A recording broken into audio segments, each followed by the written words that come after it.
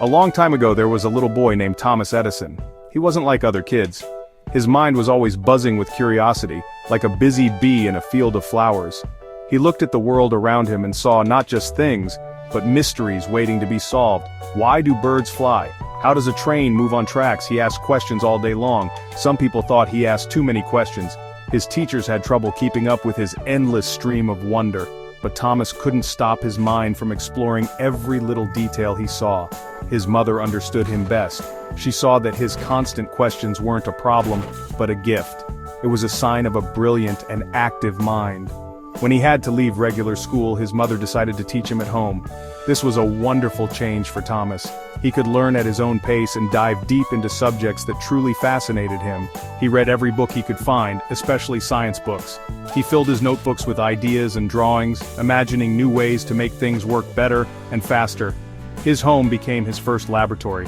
One of his favorite things to do was experiments. He set up a small science lab in his family's basement. It was a place filled with bottles, wires, and strange chemicals. He spent hours there, completely lost in his work. He wanted to see how things worked with his own hands, not just read about them in books. He mixed things together to see what would happen. He built little gadgets to test his ideas.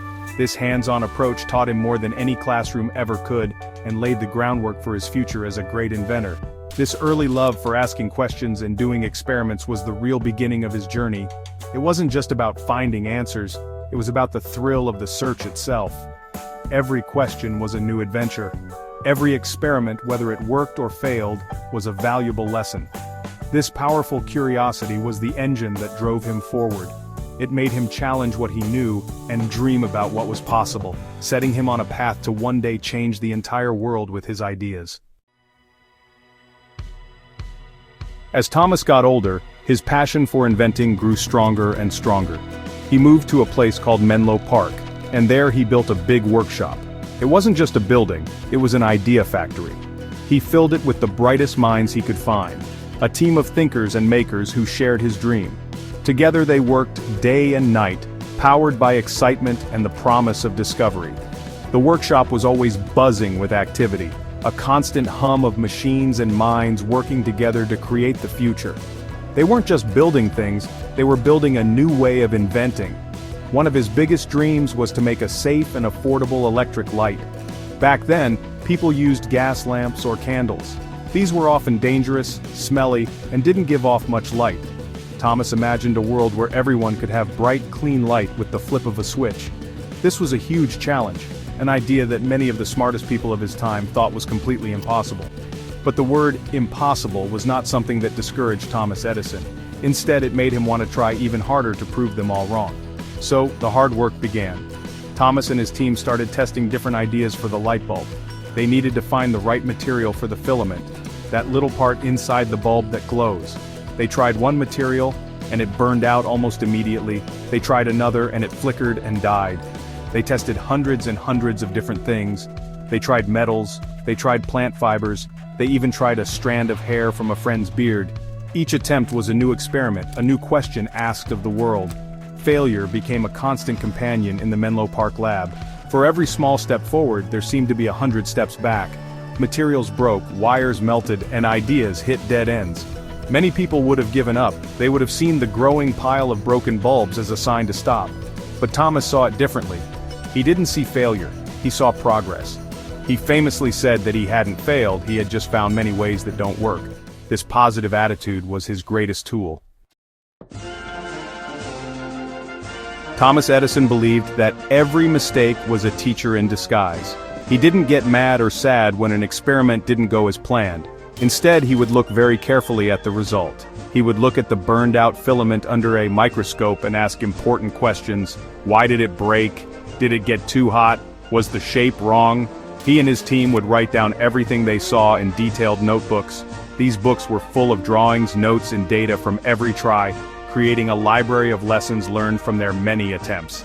This process of learning from mistakes was the secret to his method.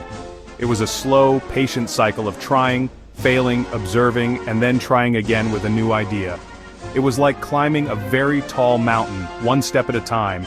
Every failed attempt wasn't a waste of time, but a necessary part of the journey.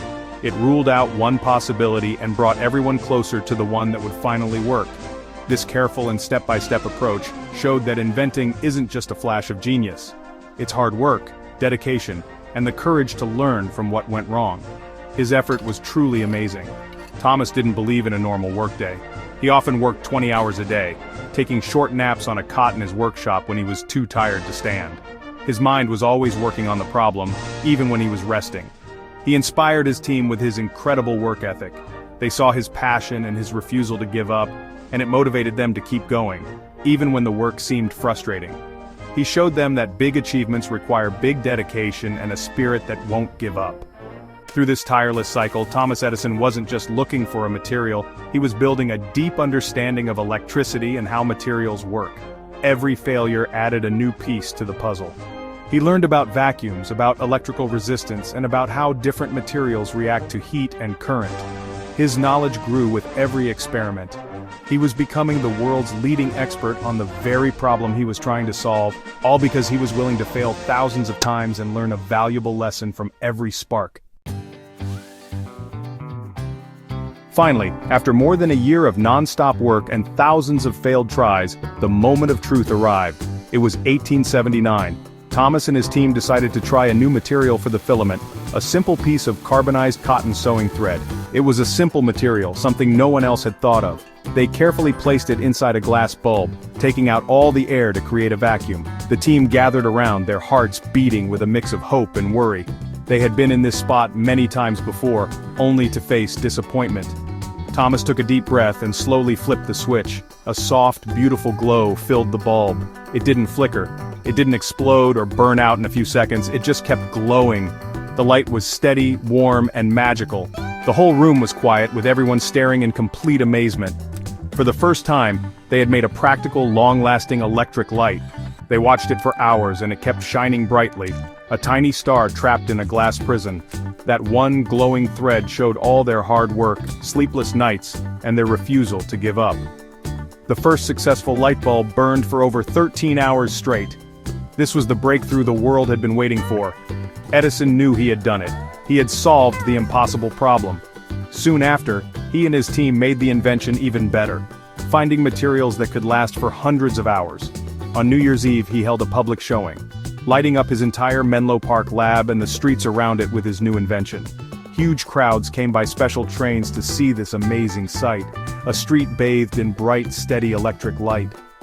Thomas Edison's invention of the light bulb was more than just lighting a room. It lit up the entire world. It changed how people lived and worked forever. Factories could stay open longer, streets became safer at night, and homes became brighter and more welcoming.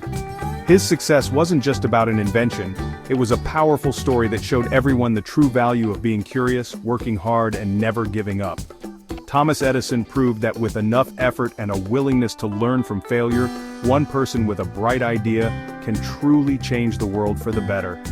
Let Edison's journey inspire you. Stay curious, work hard, and never give up on your dreams, because you too can light up the world.